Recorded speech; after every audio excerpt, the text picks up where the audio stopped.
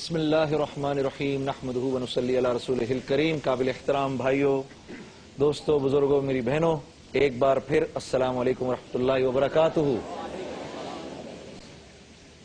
سحری آپ حضرات نے کھا لی ہوگی، اس وقت بہت سارے لوگوں نے نماز پڑھ لی ہوگی، کچھ پڑھ رہے ہوں گے۔ اس وقت ہمارا یہ سیگمنٹ عالم اور عالم، اور آج جو ہمارے مہمان ہیں میرے دائیں طرف شجاع بھائی بیٹھے ہیں۔ سر السلام علیکم ورحمۃ اللہ۔ وعلیکم السلام ورحمۃ اللہ۔ میرے بائیں طرف مفتی محمد عامر صاحب ہیں اور ان کے ساتھ بیٹھے ہیں مفتی اسماعیل نورانی صاحب۔ شجاع بھائی، آپ سے سب سے پہلا سوال ہے میرا کہ کہا گیا ہے کہ جب قرآن کے حوالے سے آج جو ہمارا موضوع تھا اس میں یہ تھا کہ جب بات جس نے بات نہیں ماننی ہوتی، جب تک ان کے مطلب کی بات ہوتی ہے تو مان لیتے ہیں، اور جب بات مخالفت کی ہو تو انکار کر دیتے ہیں۔ ان کا یہ رویہ جو ہوتا ہے یہ کس وجہ سے ہوتا ہے؟ بسم اللہ الرحمن الرحیم۔ اصل میں سورہ نور کی یہ آیات ہیں 47 سے 51۔ قرآن حکیم میں سورہ نور ہے، سورہ احزاب ہے، سورہ نساء ہے، جہاں قرآن حکیم کانٹراسٹ کے طور پر سچے ایمان والوں اور ایمان کے جھوٹے دعوے داروں یعنی منافقین کا طرز عمل ہمارے سامنے رکھتا ہے۔ گو کہ منافقین کلمہ پڑھتے تھے نبی پاک صلی اللہ علیہ وسلم کے دور میں، لیکن ان کا عمل اس کا اظہار نہیں کیا کرتا تھا۔ اچھا، یہ کیفیت ہمارے لیے اس لیے بیان کی گئی کہ کلمے کا دعویٰ تو ہمارا بھی ہے، لیکن سوال یہ کہ کلمے کے تقاضوں پر ہم عمل کرتے ہیں کہ نہیں کرتے۔ اگر سورہ نور کی ان آیات کا ہم جائزہ لیں تو وہاں ذکر آتا ہے کہ جب اللہ اور اللہ کے رسول علیہ الصلوۃ والسلام کے احکامات کی پیروی کی طرف انہیں بلایا جاتا ہے تو وہ فرار اختیار کرتے ہیں۔ اس کے ساتھ اگر سورہ نساء پہ ہم غور کریں تو سورہ نساء میں چند باتیں بتائی گئیں جو منافقین پر بہت بھاری تھی۔ نمبر 1 اطاعت رسول صلی اللہ علیہ وسلم، نمبر 2 اللہ کی راہ میں جہاد یا قتال کرنا، نمبر 3 اللہ کی راہ میں ہجرت کرنا، نمبر 4 اللہ کی راہ میں مال خرچ کرنا۔ تو منافقین کا یہ طرز عمل سورہ البقرہ میں بھی آتا ہے، نساء میں بھی آتا ہے، نور میں بھی آتا ہے، احزاب میں بھی، جس کو ہم اپنے محاورے میں کہتے ہیں کہ میٹھا میٹھا ہپ ہپ اور کڑوا کڑوا تھو تھو۔ یہ ہمیں بھی دیکھنا چاہیے کہ آج اگر ہم اپنے طرز عمل میں جائزہ لیں تو کئی مرتبہ ایسا امکان ہوتا ہے، اور بلکہ امکان سے زیادہ بات ہوتی ہے کہ جب کوئی بات دین کی آسان لگتی ہے تو ہم اس پر عمل کر لیتے ہیں، ذرا جہاں کوئی مشکل پیش آتی ہے تو ہم فرار اختیار کر رہے ہوتے ہیں۔ یہاں دیکھنے کی ضرورت ہے کہ ہم اسلام کی اس تعلیم پر جو سورہ البقرہ آیت نمبر 208 میں آئی، ادخلوا فی السلم کافہ، اسلام میں پورے کے پورے داخل ہو جاؤ، آیا اس پر عمل کرتے ہیں کہ نہیں؟ کیونکہ اللہ مکمل اطاعت کا تقاضا کرتا ہے، یہ جزوی اطاعت اللہ کے ہاں قابل قبول یہ آدھا تیتر آدھا بٹیر نہیں، اللہ یہ نہیں چلے گا، اٹس اے ہول پیکج۔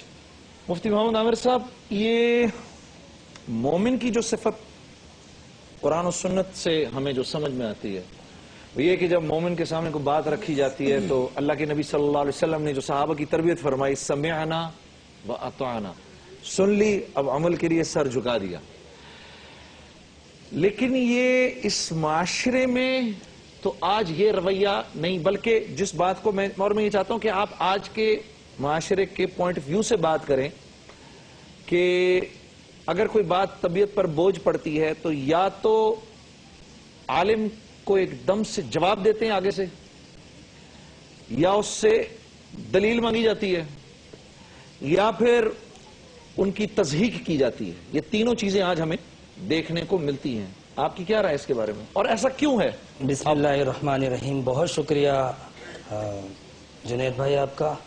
جو بات آپ نے ذکر کی ہے بلا شبہ آج معاشرے میں یہ بات پائی جاتی ہے، اور سیدھی بات ہے جب آپ نے یہ کہا کہ مومن کی یہ شان ہے تو اس کا واضح نتیجہ اور مطلب نکلتا ہے کہ آج ہمارا ایمان کمزور ہے۔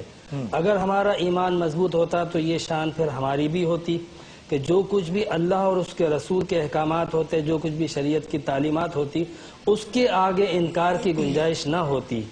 تو یہ چونکہ آج ہمارا ایمان کمزور پڑ گیا ہے، دنیا کی طرف، دنیا کی رنگینیوں کی طرف اور آخرت سے بے خوفی، آخرت سے عدم توجہ، اس کا نتیجہ یہ آتا ہے کہ پھر ہم بہت سارے معاملات میں گنجائش ڈھونڈتے ہیں، بہت سارے معاملات میں یہ بھی کہتے ہیں کہ یہ تو مولویوں کی باتیں ہیں، اور بسا اوقات اتنی دلیری آ جاتی ہے گناہوں پہ کہ سر عام انکار کر دیتے ہیں، بھلے ٹھیک ہے اگر یہ ہے تو ہم تو یہ نہیں مانتے مذاق بھی اڑاتے ہیں۔ مطلب یہ مختلف صفات ہیں انکار کی، یعنی ایک وہ شخص ہے کہ جس کا ایمان اس قدر کمزور ہو چکا ہے کہ وہ کھلے عام قرآن و حدیث کا یا اللہ تبارک و تعالیٰ کے احکامات کا انکار کرتا ہے۔ اور قرآن پاک کے اندر ایسے لوگوں کے لیے ظالمین کا لفظ، کافرین کا لفظ اور فاسقین کا لفظ استعمال کیا گیا۔ اور بڑی سخت مواخذے کے لیے ان کے لیے کہا گیا ان بطشا لربک شدید، کہ بے شک تیرے رب کی پکڑ جو ہے بڑی سخت ترین ہوگی۔ دوسرا طبقہ جو ابھی اتنا دلیر نہیں ہوا گناہوں پہ، وہ یہ کہتا ہے کہ اس کی دلیل کیا ہے، اس میں گنجائش بھی ہو سکتی ہے۔ پھر علماء کے جو اختلاف ہوتے ہیں ان اختلاف سے فائدہ اٹھاتے ہوئے ان کو بہانہ بناتے ہوئے وہ یہ کہتے ہیں کہ نہیں، ایک عالم یہ کہتا ہے، ایک عالم یہ کہتا ہے، اس کا مطلب یہ ہے کہ یہ درست نہیں ہے، حالانکہ ایسا نہیں ہے۔ اگر ہم دین پہ عمل کرنا چاہیں اور جو لوگ دیندار ہوتے ہیں، دین کی طرف رغبت کرنا چاہتے ہیں، اللہ رب العزت کے احکامات کو پوری طریقے سے اپنانا چاہتے ہیں، وہ ایک عالم سے رابطہ کرتے ہیں، اس پہ اعتماد کرتے ہیں، اور پھر جو کچھ بھی رائے ان کی ہوتی ہے اس کے مطابق وہ دین پہ عمل کرتے چلے جاتے ہیں۔ یعنی وہ یہ چاہتا ہے کہ میں کسی طرح اللہ سے اپنا رابطہ قائم کروں، تو اس کے لیے یہ ساری باتیں بہانہ نہیں ہیں۔ سر میں ایک کال بھی شامل کرنا چاہتا ہوں آپ کے سبجیکٹ سے متعلق باتیں۔ جی السلام علیکم۔ وعلیکم السلام۔ جی بہن۔ جی میں روبینہ بات کر رہی ہوں۔ جی جی۔ اور ماشاءاللہ آپ کا پروگرام اتنا پیارا ہے کہ آپ کو دعائیں دینے کا دل چاہتا ہے۔ اللہ آپ کو خوش رکھے بہن، آپ کی دعائیں ہم تک پہنچ گئی الحمدللہ۔ ماشاءاللہ ماشاءاللہ بہت پیارا پروگرام ہے۔ اور مجھے ایک سوال کرنا ہے جی کہ کیا وضو کر کے پوچھ لینا چاہیے یا ویسے ہی چھوڑ دینا چاہیے؟ ابھی آپ کے سوال کا جواب ہم ابھی آپ کو تھوڑی دیر کے اندر دیتے ہیں۔ مفتی اسماعیل نورانی صاحب، حضرت اب یہ بات آپ بھی ذرا غور سے سنیے اور سوچئے کہ کیا یہ بات آپ کے دل کی آواز ہے کہ نہیں۔ آج اگر کوئی ہم میں سے، چلیے میں آپ کو اپنی ہی مثال دیتا ہوں، موسیقی کی فیلڈ میں تھا وسیم بھائی، اپنے آپ کو بدلنا چاہا، تو سب سے پہلا خوف مجھے معاشرے کا آیا، لوگ کیا کہیں گے، ٹھیک ہے، لوگ کیا کہیں گے۔ اب میں اگر چھوڑ دیا، مجھے پاگل نہ کہیں، مجھے وسیم بادامی مجھے چھوڑ کے نہ چلا جائے، میرا دوست ہے، سب سے پہلا خوف۔ اور پھر میں جب باہر نکلوں گا لوگ میرا مذاق اڑائیں گے، ٹھیک ہے۔ تو کیا آج ایک ایسا وہ ملک جو اپنے آپ کو ایک اسلامی ملک کہتا ہے، کیا آج اللہ کے حکموں پر آنے سے کیا ہمیں یہ بات روک رہی ہے کہ دوسری قومیں ہمیں کیا کہیں گی؟ اور یہ بات ہمیں کیوں نہیں سمجھ میں آتی کہ اگر ہم اپنی قدروں کو اپنا لیں گے تو وہی قومیں ہماری عزت کریں گی؟ آپ کی کیا رائے ہے؟ بسم اللہ الرحمن الرحیم، اللہم صلی علی سیدنا مولانا محمد مبارک وسلم۔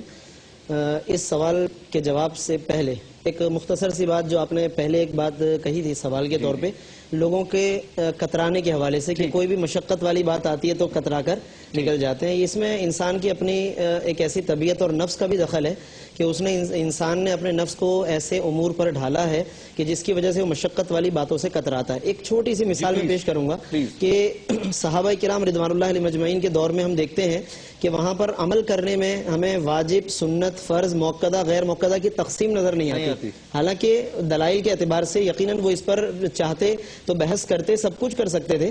آج ہمارے دور میں یہ تقسیم ہے، اگرچہ میں یہ تقسیم اس لیے نہیں ہے کہ خدا نخواستہ لوگ عمل میں کمی کرنا شروع کر دیں کہ کسی کام کے بارے میں پتہ چلے یہ مستحب ہے تو چھوڑ دیں، سنت غیر موقدہ ہے تو چھوڑ دیں۔ ہمارا طرز عمل یہی ہے، جیسے ہی پتہ چلتا ہے یہ مستحب ہے اس کا مطلب ہے یہ نہیں کرنا، غیر موقدہ اس کا مطلب یہ تو پڑھنی نہیں ہے سنت، یعنی گویا کہ مکروہ کے درجے میں لے گئے۔ یہ کتنا تفاوت اور فرق آ گیا اس زمانے میں، قرون اولیٰ میں اور ہمارے درمیان۔ اس زمانے میں یہ تقسیم نہیں تھی، فرض، واجب، سنت، موقدہ، وہ ہر عمل کو کرنے کی نیت سے دیکھتے تھے، ہم نے ہر عمل کو کرنا ہی کرنا ہے۔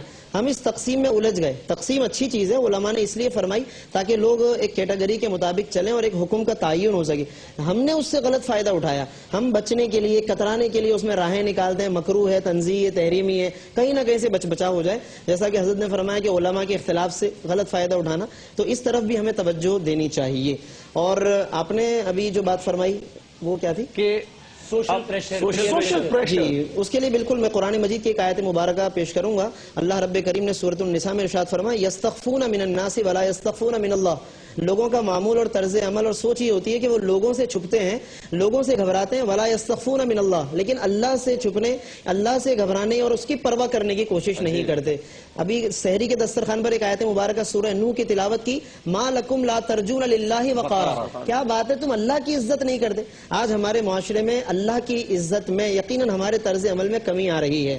ہم اللہ کی پرواہ نہیں کرتے، لوگوں کی پرواہ کرتے ہیں، فلاں دیکھ رہا ہے، فلاں دیکھ رہا ہے، وہ کیا کہے گا، فلاں معاشرہ فلاں سوسائٹی کیا کہے گی، یہ چیزیں ہمارے درمیان. اور قرآن مجید میں ایک اور جگہ فرمایا کہ لوگ لوگوں سے ڈرتے ہیں، واللہ احق ان تخشاہ، اللہ تبارک و تعالیٰ زیادہ حقدار ہے کہ اس سے ڈرا جائے. تو اللہ تبارک و تعالیٰ کا جو حق ہے وہ یقیناً ہم نے نہیں پہچانا. وما قدر اللہ حق قدرہ، یہ بھی قرآن، یعنی قرآن مجید میں بہت ساری آیات اللہ تبارک و تعالیٰ کی قدر و منزلت، اللہ تبارک و تعالیٰ کے عزت و وقار اور اس کی پرواہ کرنے کے متعلق ہے. آج ہمیں جس طریقے سے ہمارے گھروں میں مہمان آتے، ایک چھوٹی سی مثال، ہم فوراً اپنا حلیہ، اپنا ڈریس، اپنے گھر کا ماحول درست کر لیتے ہیں صرف مہمانوں کی پرواہ کی وجہ سے. ہم ہما وقت اللہ تبارک و تعالیٰ کے حضور حاضر ہیں، اس کے سامنے پیش ہیں، ہم عبد ہیں، غلام ہیں، بندے ہیں. ہمیں اس کی پرواہ ہونی چاہیے ہر عمل کے اندر، اپنے ہر قول میں، ہر فعل کے اندر. اگر یہ پرواہ آج پیدا ہو جائے تو یہی اصل میں ایمان کی دلیل ہے. ماشاءاللہ. اچھا، یہ مختصراً حضرت یہ بھی فرما دیجیے، جو بہن نے کہا کہ وضو کے بعد اپنے آپ کو اگر تولیے سے پوچھ لیا جائے وہ پانی، تو کوئی اس میں کوئی، یہ علماء نے فرمایا فقہاء نے کہ بالکل مکمل خشک نہیں کر دینا چاہیے. بعض علماء نے یہاں تک لکھا کہ یہ جو تری تھوڑی سی باقی رہنے دی جائے، میزان عمل میں اس کو تولا جائے گا. اچھا، تو ماشاءاللہ. یہ کام آئے گی یہ تری، لہٰذا بالکل جو خشک کر دیتے ہیں مناسب نہیں، اگرچہ ہم اس کو بالکل ناجائز بھی نہیں کہتے. جی، تو اسی انداز سے ایک بات سنی ہے، آپ تصدیق کے تردید فرمائیے گا کہ کھانا کھانے سے پہلے اور بعد میں ہاتھ دھونے کو جو کہا گیا ہے، تو میں نے سنا کہ کھانا کھانے سے پہلے جو آپ ہاتھ دھوئیں اسے پھر پوچھیں نہ، بلکہ اسی یہ ہے ایسا کچھ؟ ہاں بالکل ایسا ہی ہے کہ اگر کھانا کھانے سے پہلے ہاتھ دھوئیں گے تو نبی علیہ السلام کی یہ سنت مبارکہ تھی کہ اس کو پہنچا نہیں کرتے تھے، اس لیے کہ ہاتھ دھونے کا مقصد یہ تھا کہ جراثیم دور کیے جائیں. پھر جب آپ کوئی کپڑا استعمال کریں گے، استعمال شدہ کپڑا، تو اس سے دوبارہ سے آپ کے ہاتھ آلودہ ہونے کا امکان ہوتا ہے. میرے ذہن میں شجاع بھائی کے لیے سوال ہیں، لیکن میں یہ چاہتا ہوں اس سے پہلے کہ کچھ سوالات، یہ اگر کوئی ایسے کوئی مسائل سے متعلق سوالات ہیں. جی بہن. السلام علیکم. جی، مجھے یہ سوال کرنا ہے کہ اگر والدین کا انتقال ہو جائے تو وہ بھائی جو صاحب حیثیت ہوتے ہوئے بھی بہنوں کی کفالت نہیں کرتے، تو ان بھائیوں کے بہنوں کے لیے کیا حقوق ہیں اسلام میں؟ مجھے پلیز تفصیل سے بتائیے. حضور نبی کریم صلی اللہ علیہ وسلم کا یہ فرمان ہے، حدیث مبارکہ میں آیا ہے کہ بڑا بھائی باپ کی طرح ہوتا ہے. تو بڑے بھائی کا جس طریقے سے عزت میں، وقار میں یہ مرتبہ ہے کہ وہ باپ ہے، اس کی رسپیکٹ کی جائے، بالکل اسی طرح اس کی ذمہ داریاں بھی ہیں کہ وہ اپنی بہنوں کی کفالت کرے، ان کی ضرورت کو پورا کرے. یہ باقاعدہ شرعاً اس کی ذمہ داری ہوتی ہے. جس طرح بہنوں کی ذمہ داری ہوتی ہے کہ بھائی کی رسپیکٹ کریں، اس طرح بھائی کی ذمہ داری ہوتی ہے کہ ان کی ضروریات کو پورا کرے. یہ تو پھر بھی بہنیں ہیں. میں آپ کو بتاؤں کہ اگر رشتہ داروں میں سے بھی کوئی، قریب یا دور کے رشتہ داروں میں سے کوئی حاجت مند یا ضرورت مند ہے، اور اگر رشتہ داروں میں سے کوئی مالدار ہے، صاحب ثروت ہے، اس کی ضرورت پوری نہ کی، اگرچہ کہ وہ باپ نہیں تھا، بھائی نہیں تھا، تھوڑا دور کا رشتہ دار تھا، اور وہ ضرورت مند محروم رہ گیا، تو یہ رشتہ دار پہلے پکڑا جائے گا، پھر باقی کسی کی پکڑ ہوگی.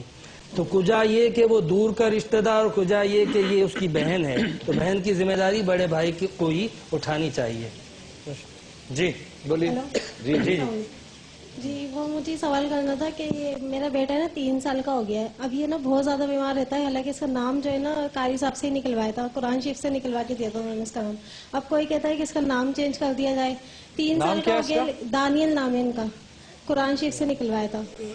تو یہ بہت زیادہ ضدی اور غصے والا ہے، تو کیا کرنا چاہیے؟ اس کا نام چینج ہو سکتا ہے اب؟ یہ تو یہ دیکھ، میں جواب دے دوں اس کا. ابا اس کے کیسے ہیں؟ ابا تو بہت اچھے. کوئی اور سوال ہے بھائی؟ ہاں اچھا علی، آپ یہاں مائک دے دیجیے.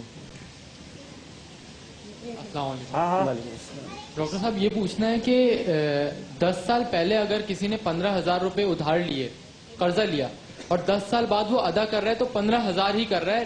روپے کی قیمت میں حالانکہ فرق آ گیا ہے، لیکن پھر بھی وہ 15,000 ہی کر رہا ہے. اسی طرح اگر 10 سال پہلے وہ سونا خریدتا ہے تو اس پہ زکوٰۃ کچھ اور تھی، کیونکہ اس وقت سونے کی قیمت میں فرق تھا، اور اب 10 سال بعد فرق ہے، تو وہ ابھی بھی سونے کی قیمت کے ابھی کرنٹ کے حساب سے دے گا زکوٰۃ، یا جب اس نے خریدا تھا اس وقت کے حساب سے دے گا؟ جی حضرت. جی بسم اللہ الرحمن الرحیم. بات بالکل واضح ہے کہ جو چیز جس مقدار میں لی گئی تھی اسی چیز کو جب آپ لوٹائیں گے تو اسی مقدار کے ساتھ لوٹائیں گے، اس میں اضافہ یا کمی بیشی جائز نہیں ہے. 15,000 جب لیے تھے روپے کے طور پر، تو جب اس کو لوٹائیں گے تو وہ 15,000 کے ہی طور پہ لوٹائے جائیں گے، اگرچہ اس کی قیمت میں کمی ہو گئی ہو۔ اب جب کمی ہو گئی ہے تو ہمیں یہ خیال آ رہا ہے، اگر بالفرض قیمت بڑھ گئی ہوتی تو اس صورت میں پھر اس دوسرے آدمی کو خیال آ رہا ہوتا، تو اس وجہ سے اس اختلاف میں ہمیں نہیں پڑنا چاہیے کہ یہ کمی ہو گئی یا زیادتی ہو گئی۔ اصول یہی ہے کہ جس چیز میں آپ نے لین دین کیا تھا، عقد کیا تھا، قرض لیا تھا، تو اگر اسی چیز کو لوٹانے کی بات ہوئی تھی تو اتنی مقدار کے ساتھ لوٹائیں گے جو اس کی مقدار بن رہی ہے۔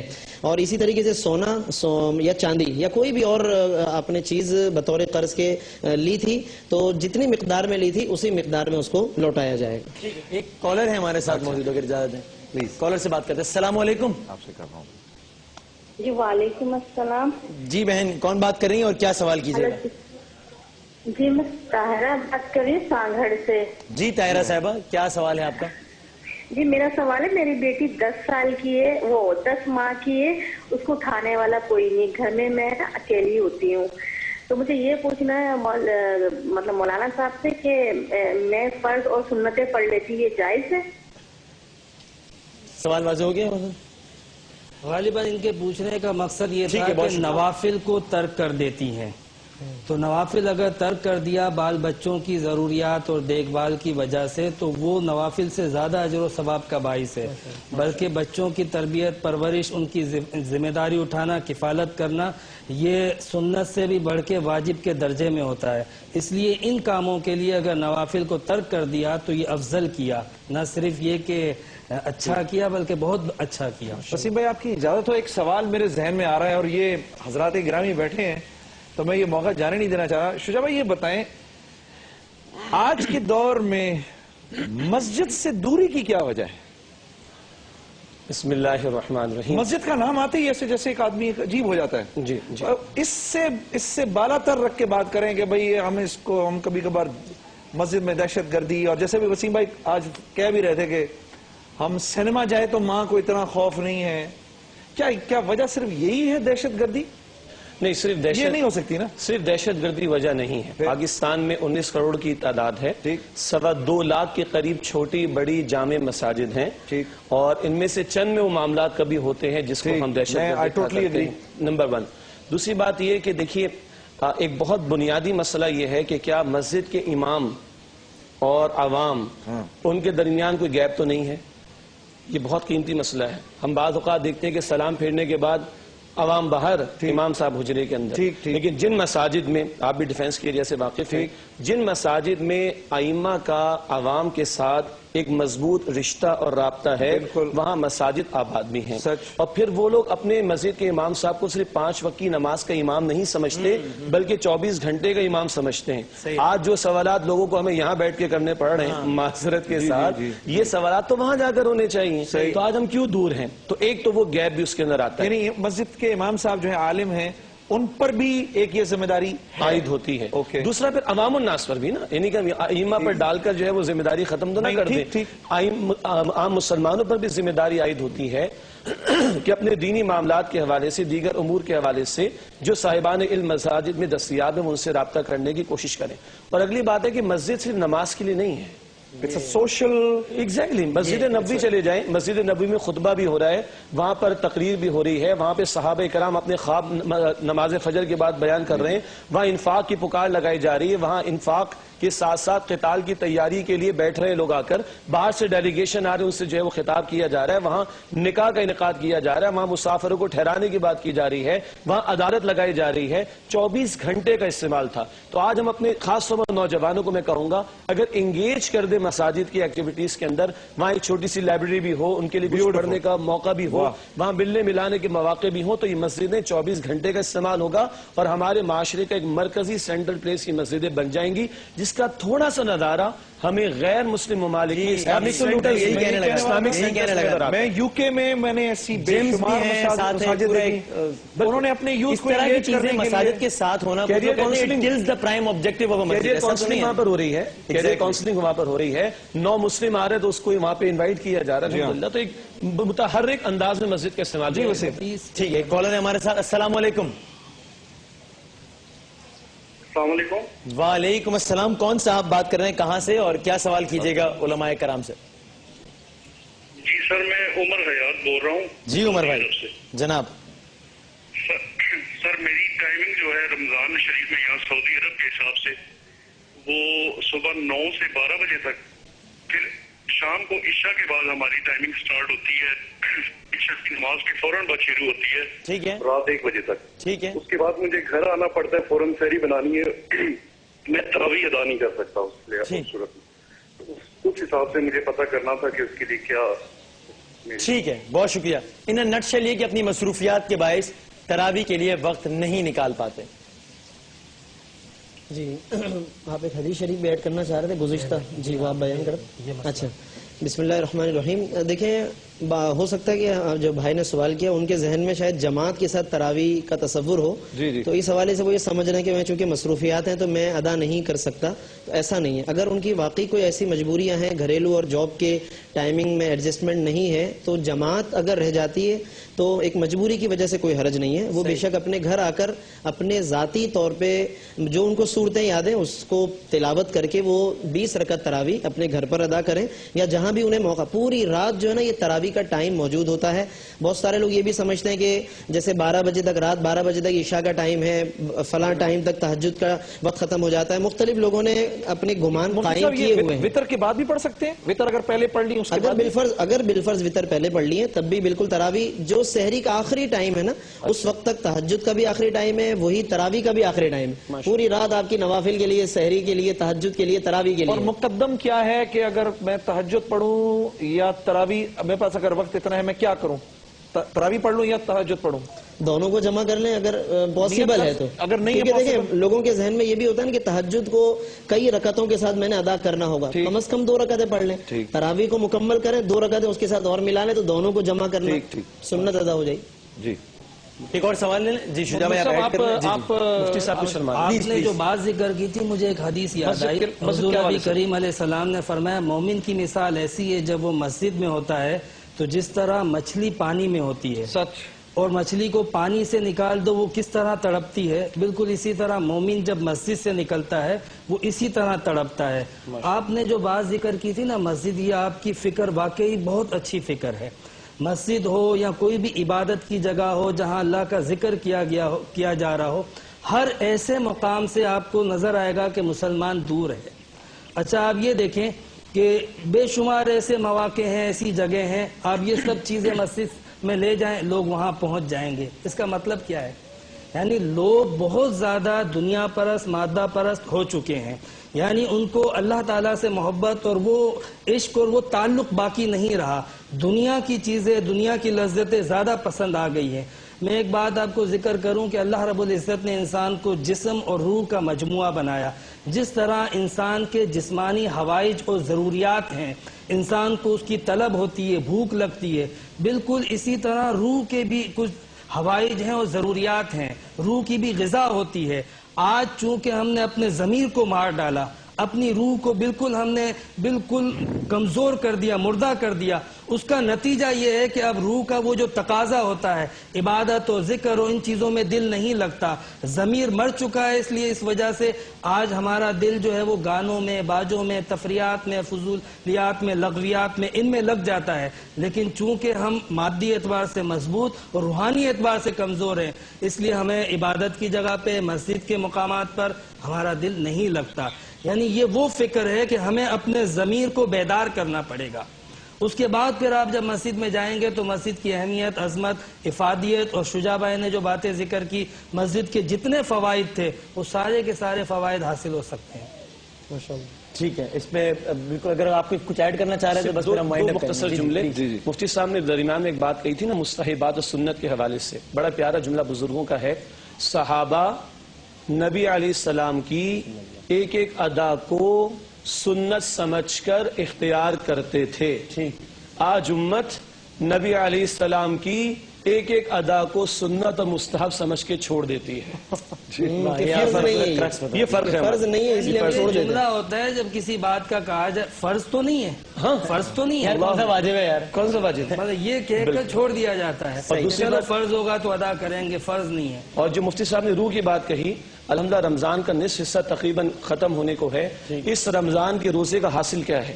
دن بھر بھوکے اور پیاسے رہ کر اپنی روح کو بیدار کرو، اپنے انر سائٹ کو ذرا بیدار کرو اور رات میں کھڑے ہو کر اس کو قرآن سناؤ. یہ ہے اس ماہ مبارک میں دا جرنی آف سول، روح کا سفر، کہ روح بیدار اور اس کی غذا قرآن اس کو فراہم کی جائے تو ایک مہینے میں وہ تربیت ہو سکتی ہے کہ سال بھر اس کے اثرات کو انشاءاللہ محسوس کر سکیں. جزاک اللہ، جزاک اللہ. تمام علماء کرام کا بہت بہت شکریہ. آپ سب لوگوں کا بہت شکریہ. ٹیلی ویژن سیٹس کے سامنے بیٹھے ناظرین کا بہت بہت شکریہ. شان رمضان، شان سحر کا وقت اپنے اختتام کو پہنچتا ہے اور انشاءاللہ آپ سے ملاقات ہوگی شان افطار میں دوپہر 3:30 پر، اسی دعا کے ساتھ کہ اللہ تعالیٰ ہمیں تعلیمات خداوند تعالیٰ اور تعلیمات محبوب خدا حضرت محمد مصطفیٰ صلی اللہ علیہ وآلہ وسلم پر چلنے کی توفیق عطا فرمائے. وسیم مدانی اور جنید جمشید کو سحر کی نشریات سے اجازت دیجیے. اللہ حافظ.